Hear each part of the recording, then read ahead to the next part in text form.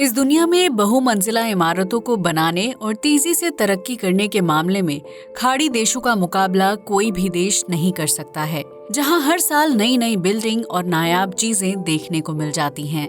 इन्हीं अनोखे डिजाइन वाली इमारतों में से एक है अल्दार हेडक्वार्टर्स बिल्डिंग, जिसे पहली नजर में देखने वाले व्यक्ति के होश ही उड़ जाते हैं। ये इमारत अबू धाबी में है, जिसे मानव इंजीनियरिंग का एक नायाब नमूना माना जाता है।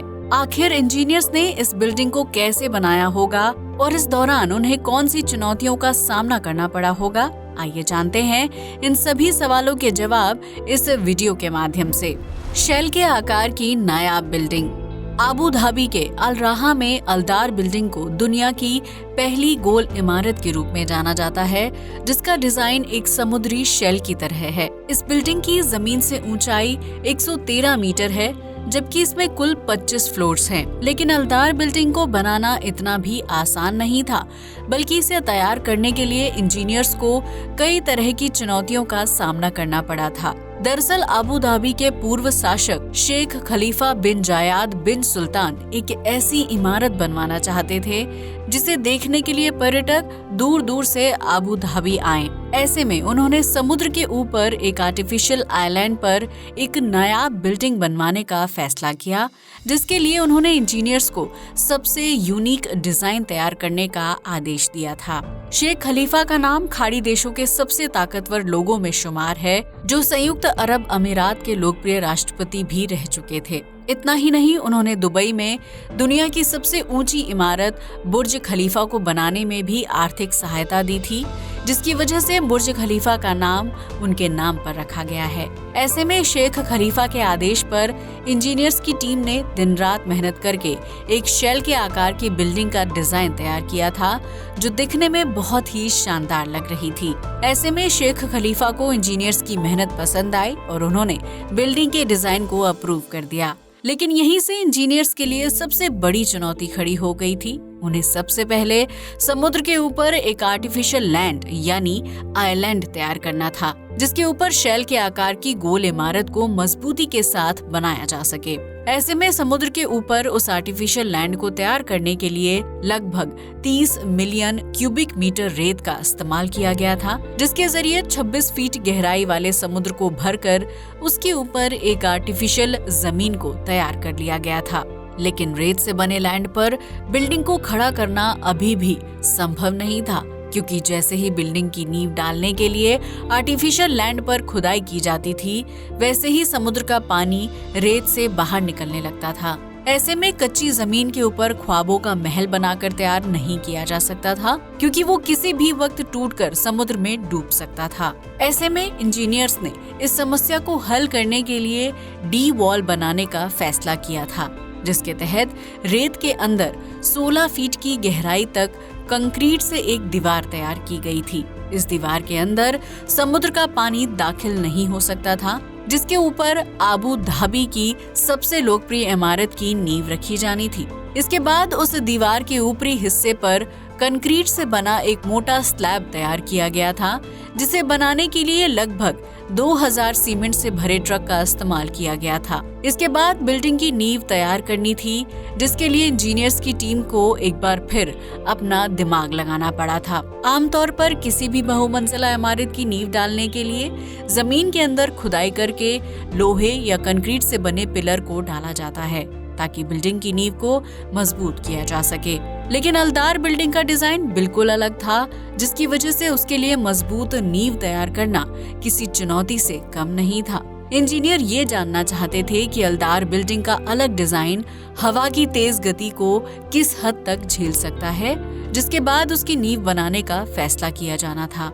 इसके लिए इंजीनियर्स की टीम ने बिल्डिंग के डिजाइन को विंड टनल टेस्ट के लिए भेज दिया, जिसके तहत बिल्डिंग के मॉडल पर अलग अलग दिशाओं से हवा का प्रेशर फेंका जाता है। इससे ये पता लगाने में मदद मिलती है कि बिल्डिंग हवा के कितने प्रेशर को झेल सकती है, जिसकी जांच करने के बाद इंजीनियर्स ने अल्दार बिल्डिंग की नींव के लिए स्टील के पाइल्स का इस्तेमाल करने का फैसला किया था। इसके लिए उन्होंने 400 स्टील पाइल्स की मदद से बिल्डिंग की नींव तैयार की। अब इंजीनियर्स को जमीन के ऊपर एक गोल आकार की बिल्डिंग को खड़ा करना था।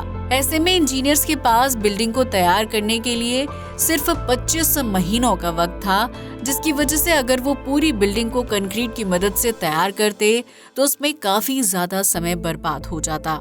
ऐसे में इंजीनियर्स की टीम ने समय की बचत करने के लिए बिल्डिंग को अलग तरीके से बनाने का फैसला किया। उन्होंने कंक्रीट की मदद से 125 मीटर की ऊंचाई वाली 2 अलग अलग इमारतों को तैयार किया। इसके बाद उन दोनों इमारतों के बाहर स्टील और कांच की मदद से गोल आकार के शेप को तैयार किया, ताकि हलदार बिल्डिंग देखने में शेल के आकार की लगे। इन दोनों इमारतों को बनाने के लिए 6500 टन स्टील का इस्तेमाल किया गया था, जबकि उन्हें बनाने में 6 महीने का वक्त भी गुजर चुका था।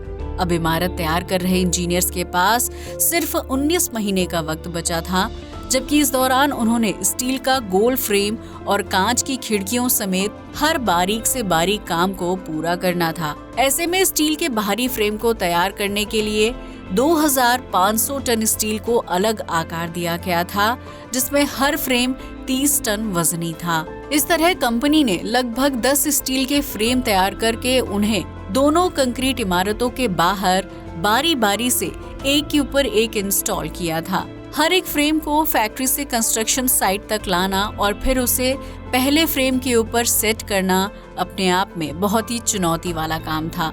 लेकिन इस बिल्डिंग को बनाने वाले इंजीनियर और मजदूरों के इरादे बहुत ही मजबूत थे, लिहाजा उन्होंने क्रेन और मशीनों की मदद से बहुत ही बारीकी के साथ हर स्टील के फ्रेम को दूसरे फ्रेम के साथ जोड़ने का काम जारी रखा। एक तरफ मजदूर बिल्डिंग पर स्टील के फ्रेम लगा रहे थे, तो वहीं दूसरी तरफ इंजीनियर्स की दूसरी टीम उन फ्रेम्स पर ग्लास पैनल लगाने के लिए प्लानिंग कर रही थी। इस पूरी इमारत में 25,000 ग्लास पैनल लगाए गए हैं, जिनका आकार 52 बास्केटबॉल ग्राउंड के बराबर था। इतना ही नहीं, ये कोई मामूली ग्लास पैनल नहीं थे, बल्कि उनका डिजाइन घुमावदार था और उन्हें स्टील के फ्रेम के अंदर फिट करना था। ऐसे में ग्लास पैनल बनाने वाली कंपनी ने अलदार बिल्डिंग की साइट पर ही अपनी फैक्ट्री लगा ली, ताकि ग्लास को बनाते ही तुरंत स्टील के फ्रेम के साथ जोड़ दिया जाए। इससे बिल्डिंग को बनाने में लगने वाले समय में बचत होती, जबकि ग्लास पैनल को फैक्ट्री से साइट तक लाने का खर्च भी बच रहा था। ऐसे में जैसे जैसे स्टील के फ्रेम बनकर तैयार हो रहे थे, वैसे वैसे ग्लास पैनल्स को भी उनके साथ फिक्स कर दिया जा रहा था। अलदार बिल्डिंग का बाहरी काम तो मजदूर तेजी के साथ पूरा कर रहे थे, लेकिन वक्त काफी कम था, जबकि इंजीनियर्स को बिल्डिंग के अंदर 85 वॉशरूम्स का डिजाइन भी तैयार करना था। ऐसे में बिल्डिंग के पूरा बनने का इंतजार नहीं किया जा सकता था, लिहाजा इंजीनियर्स ने अपना दिमाग लगाते हुए प्री फैब्रिकेटेड वॉशरूम को इंस्टॉल करने का फैसला किया। शेख खलीफा को वॉशरूम का डिजाइन दिखाया गया।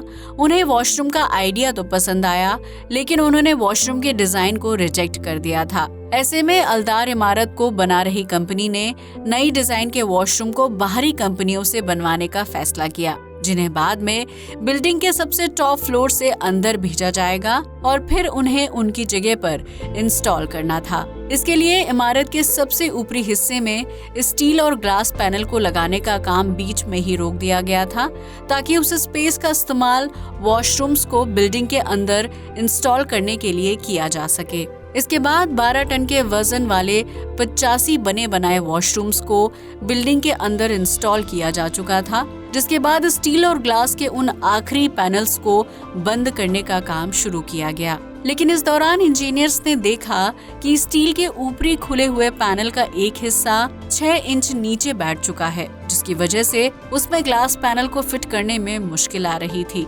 इस समस्या का हल निकालने के लिए इंजीनियर्स ने हाइड्रोलिक जैक्स का इस्तेमाल किया, जिसे स्टील फ्रेम के नीचे लगाया गया था और उसकी मदद से नीचे झुके फ्रेम को धीरे धीरे ऊपर की तरफ करने का काम शुरू किया गया था।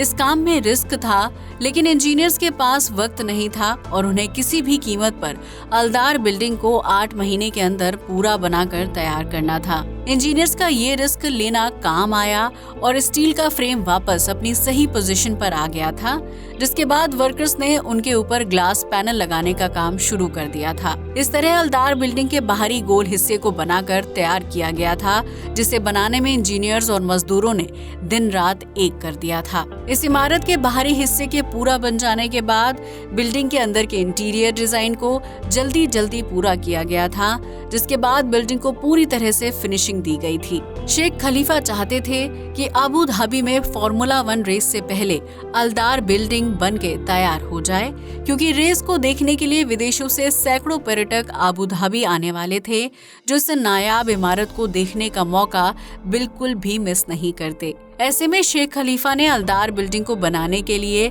30 महीने का समय दिया था और इंजीनियर्स की टीम ने इतने कम समय में दुनिया की पहली सबसे गोल बिल्डिंग को बनाकर तैयार भी कर दिया था, जिसका उद्घाटन फॉर्मूला 1 रेस के शुरू होने से कुछ दिन पहले ही किया गया था।